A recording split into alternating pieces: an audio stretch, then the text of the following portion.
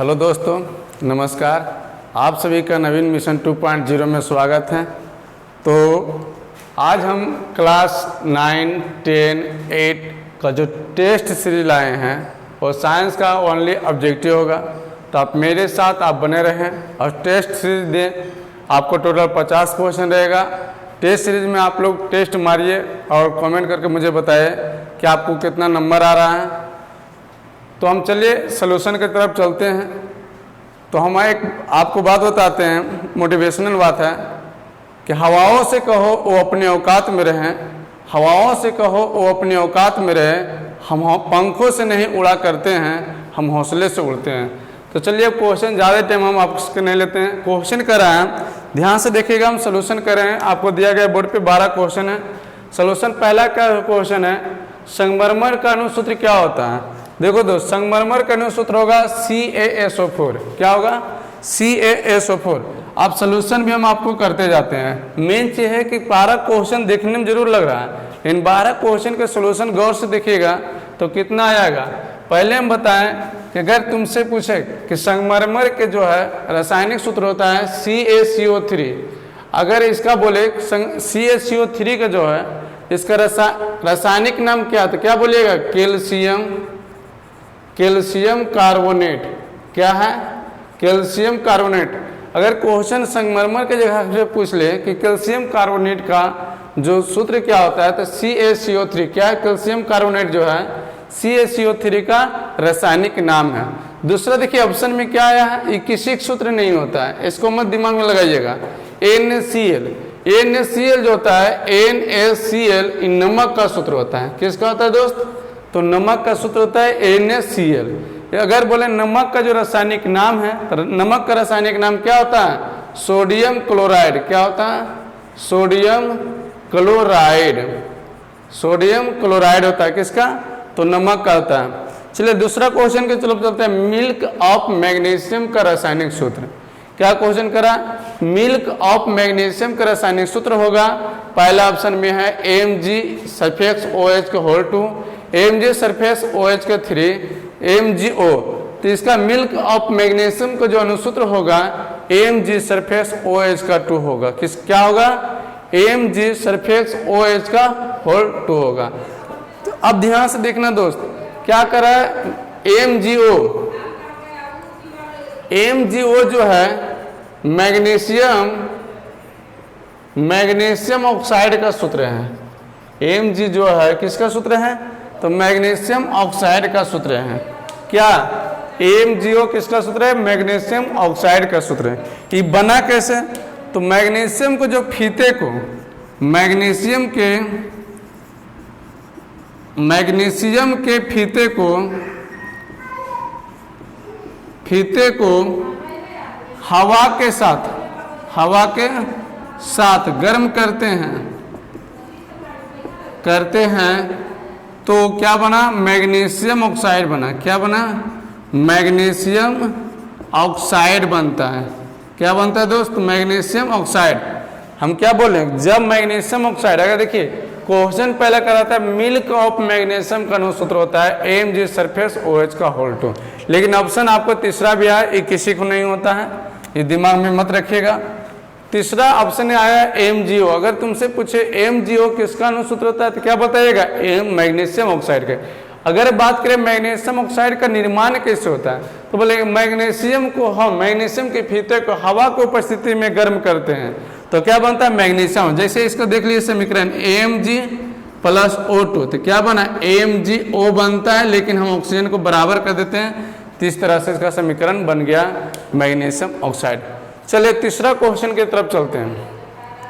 कहता है कोयला का जलना कौन परिवर्तन है। दोस्त परिवर्तन ऐसे होता है, दो प्रकार का होता है, एक रासायनिक परिवर्तन, एक भौतिक परिवर्तन। तो तुमसे पूछ रहा है कोयला का जलना। देखिए कोयला के जलना मतलब कि जल जाए और फिर पूरा वही चीज प्राप्त ना हो, तो ऐसे चीज को हम लोग क्या कहते हैं? रासायनिक परिवर्तन कहते हैं। तो देखिए कोयला के जो जलना है वो क्या हो जाएगा? कहते हैं रासायनिक परिवर्तन होगा। क्या होगा? रासायनिक परिवर्तन। तो बोलो रासायनिक परिवर्तन को हम उदाहरण देते हैं। कोयला का जलना हो गया रासायनिक परिवर्तन, फलों से सलाद बनाना रासायनिक परिवर्तन, पेड़ों से पत्ते टूटना रासायनिक परिवर्तन, अब कुछ पर हम आपको देते हैं एग्जाम्पल देते हैं भौतिक परिवर्तन में, चाहे बर्फ का पिघलना भौतिक परिवर्तन, चावल से जो बनता है भुंजे जो कहते हैं इसका, चावल से जो भुंजे के रूप में बन जाता है, सुखा देते हैं चावल को, तो उस क्या बोलते हैं उसे हम भौतिक परिवर्तन कहते हैं। अब आगे चौथा क्वेश्चन के बात कर ले कि व्यंजक चूर्ण का अनुसूत्र क्या होता है। व्यंजक चूर्ण का अनुसूत्र होता है CaOCl2। क्या होगा दोस्त? CaOCl2 किसका? व्यंजक चूर्ण का अनुसूत्र होगा। किसका होगा? तो व्यंजक चूर्ण का अगर पूछे अनुसूत्र क्या है, CaOCl2। हमने देखिए ऑप्शन देखिएगा, ऑप्शन कर रहा है CaCO3, पहले हम बताएं संगमरमर का है, CaCO3 किसका है? संगमरमर का है। कैल्शियम कार्बोनेट का है, चूना पत्थर का है। क्या बोले? CaCO3 किसका सूत्र है? संगमरमर का है, कैल्शियम कार्बोनेट का है और चूना पत्थर का है। अब बताइए CaO, ये देखिए इसका रासायनिक नाम अगर तुमसे पूछ लिया जाए कि CaO का रासायनिक नाम क्या है, तो बोलिएगा कैल्शियम ऑक्साइड। क्या बोलिएगा? Calcium oxide. किसका? CaO का। CaO का बोलिएगा कैल्शियम ऑक्साइड है। तो ये CaO का रासायनिक जो नाम है, रासायनिक नाम है कैल्शियम ऑक्साइड। क्या पूछ रहे हैं? Calcium oxide. क्या है? Calcium oxide. किसका? CaO का। अब देखिए 3 क्वेश्चन हम अभी तक कराए, 4 क्वेश्चन कराए, आपका कितना सा क्वेश्चन हो गया। अगला क्वेश्चन है कि सबसे कठोर धातु कौन सा है। देखिए अगर इसमें समझना दोस्त कि पूछ रहा है सबसे कठोर धातु, अगर धातु पूछेगा तो टंगस्टन, धातु पूछेगा तो टंगस्टन, लेकिन यही क्वेश्चन कर दे कि सबसे कठोर तत्व, सबसे कठोर पदार्थ माने, सबसे कठोर पदार्थ, अगर पदार्थ में आ जाए तो तुरंत बोलिएगा सर हीरा है। क्या है? हीरा है। सबसे कठोर धातु टंगस्टन है, सबसे कठोर पदार्थ हीरा है। अब हीलियम के बात है, हीलियम के भी देख लेना, हीलियम को हम क्या कहते हैं। आपको पता होना चाहिए दोस्त कि हीलियम जो है एक उत्कृष्ट गैस है। उत्कृष्ट गैस जो कौन सा है? हीलियम है। हीलियम है। हीलियम के बारे में भी जान लीजिए कि हीलियम एक उत्कृष्ट गैस है। दूसरा बात अगर कह दिया जाए कि हीलियम की जो होता है संकेत होता है, हीलियम के जो संकेत होता है, हीलियम के संकेत He होता है। बात तो बिल्कुल सही है सर, हीलियम के संकेत He होता है। अगर बोले हीलियम की परमाणु क्रमांक कितना होता है, हीलियम का परमाणु जो क्रमांक होता है, परमाणु क्रमांक जो होता है +2 होता है। बात सही है सर, हीलियम के परमाणु क्रमांक 2 होता है। लेकिन हीलियम का अगर तुमसे पूछ दिया जाए दोस्त कि हीलियम, देखिए सबसे महत्वपूर्ण प्रश्न बनता है कि उत्कृष्ट गैस होते हुए भी इसकी संयोजकता 0 है। आपको पता है कि सभी उत्कृष्ट गैसों की संयोजकता कितना है? 0 है। तो सब अगर क्वेश्चन बात किया कि सभी उत्कृष्ट गैसों की संयोजकता, गैसों की संयोजकता कितना है? 0 है। बोले सर सब चीज तो बताएं, हीलियम की एक उत्कृष्ट गैस है, ठीक है, हीलियम का संकेत He, वो भी ठीक है, हीलियम की परमाणु क्रमांक 2 है, ये भी ठीक है। आप बता रहे हैं सर सभी उत्कृष्ट गैसों की संख्या 0 है, लेकिन ये तो नहीं बताया सर कि उत्कृष्ट गैसों की संख्या कितना है। तो बात ध्यान में, सही बात आप बोल रहे हैं कि उत्कृष्ट गैसों की संख्या है, उत्कृष्ट गैसों की संख्या 6 है। कितना है? 6 है। तो आपका देखिए 5 क्वेश्चन हुआ। अगला क्वेश्चन है कि बल का छोटा मात्रक क्या है।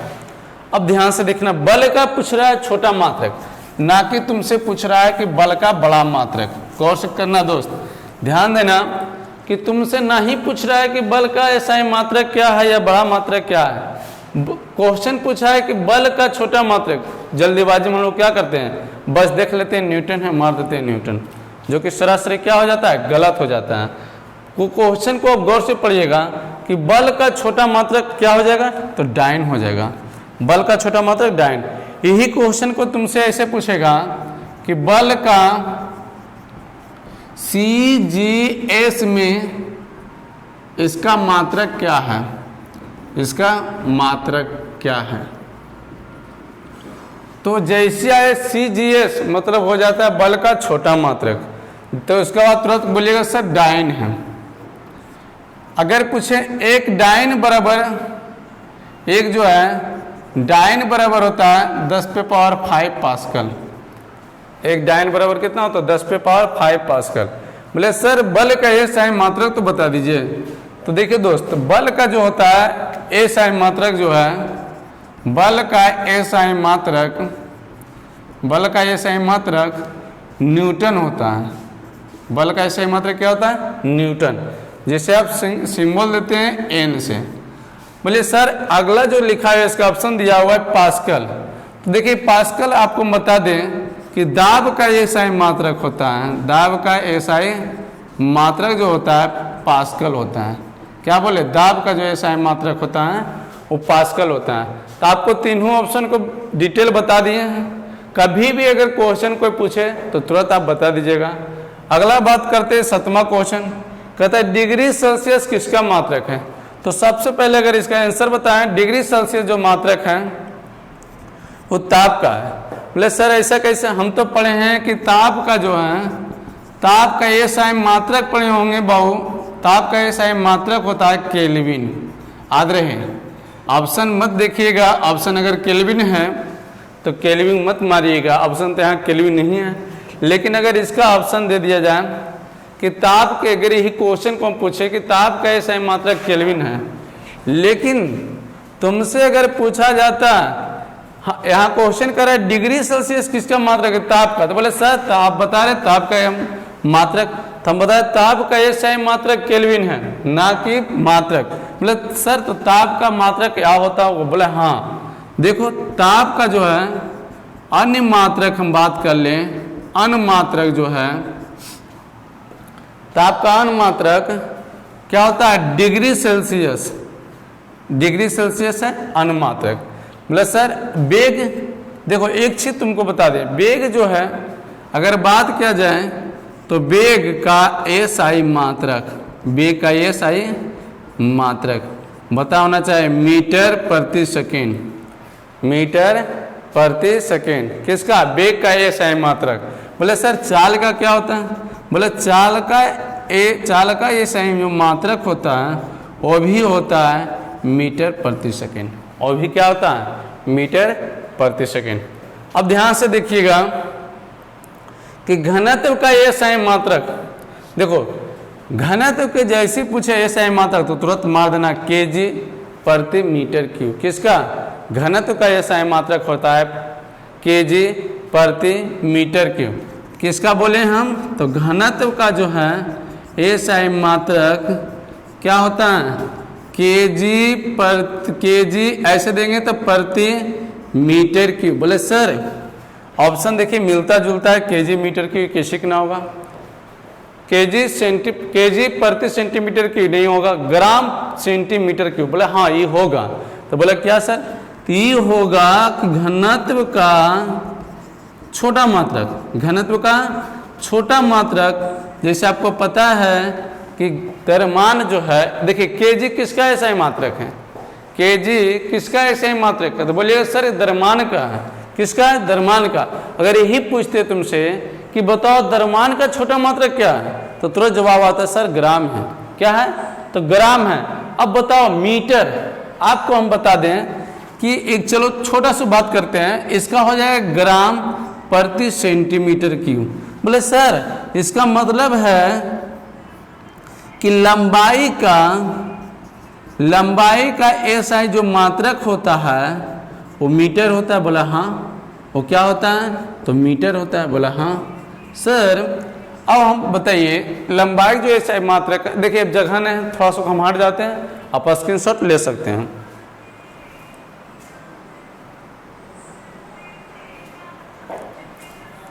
चलिए आप लोग स्क्रीनशॉट ले लें, हम इसको मिटा दे रहे हैं।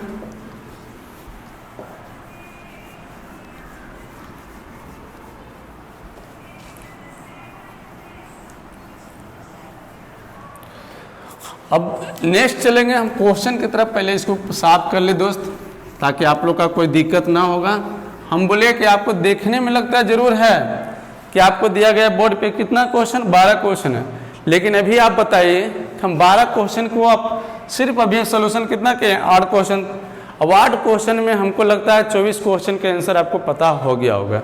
तो चलिए अब अलग क्वेश्चन की बात कर लें कि समतल कोण का एसआई मात्रक। देखिए किसका करा है, समतल कोण का एसआई मात्रक क्या है, रेडियन है।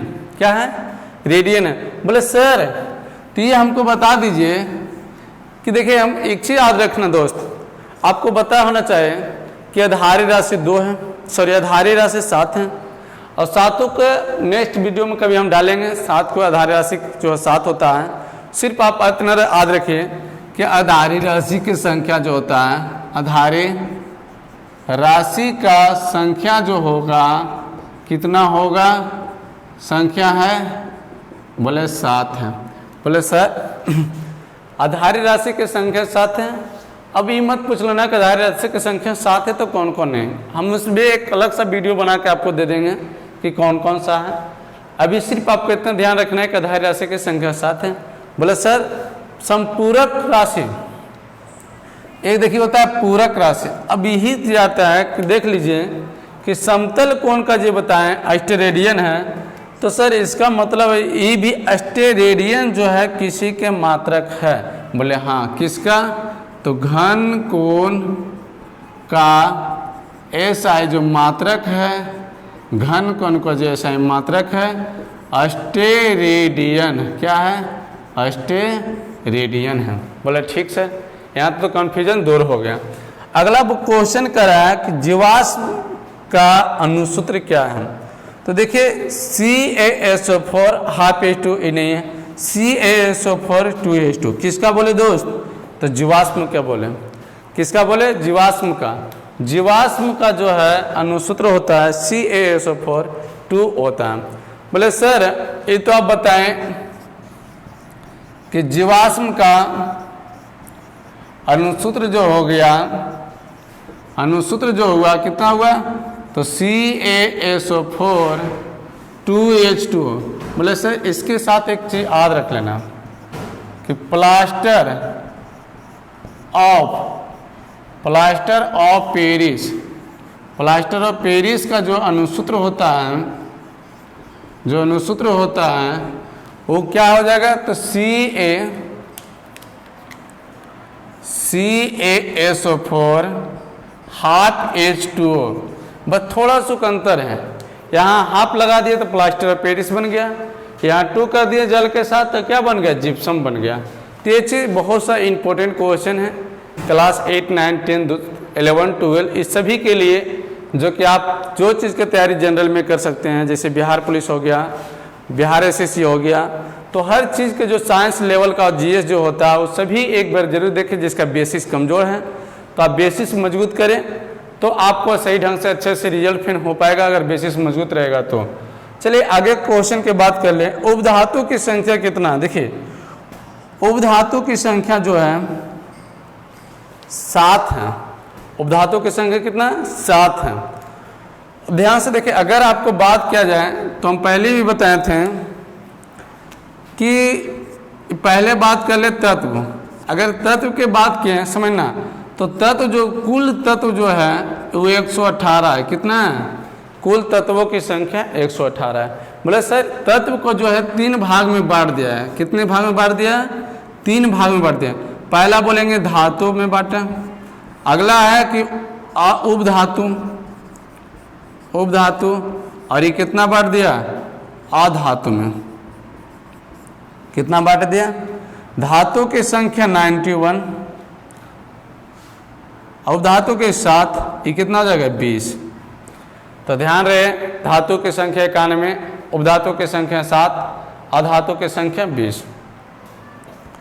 अगला बात कर लिया जाए, क्वेश्चन है बारूद क्या है। तो बारूद एक मिश्रण है। क्या है, बारूद एक मिश्रण है। तो एक एग्जांपल आपको देते हैं, बोलेंगे जल क्या है, तो तुरंत जवाब दीजिएगा सर जल मिश्रण नहीं है, क्या है, यौगिक है। जल मिश्रण नहीं है, यौगिक है।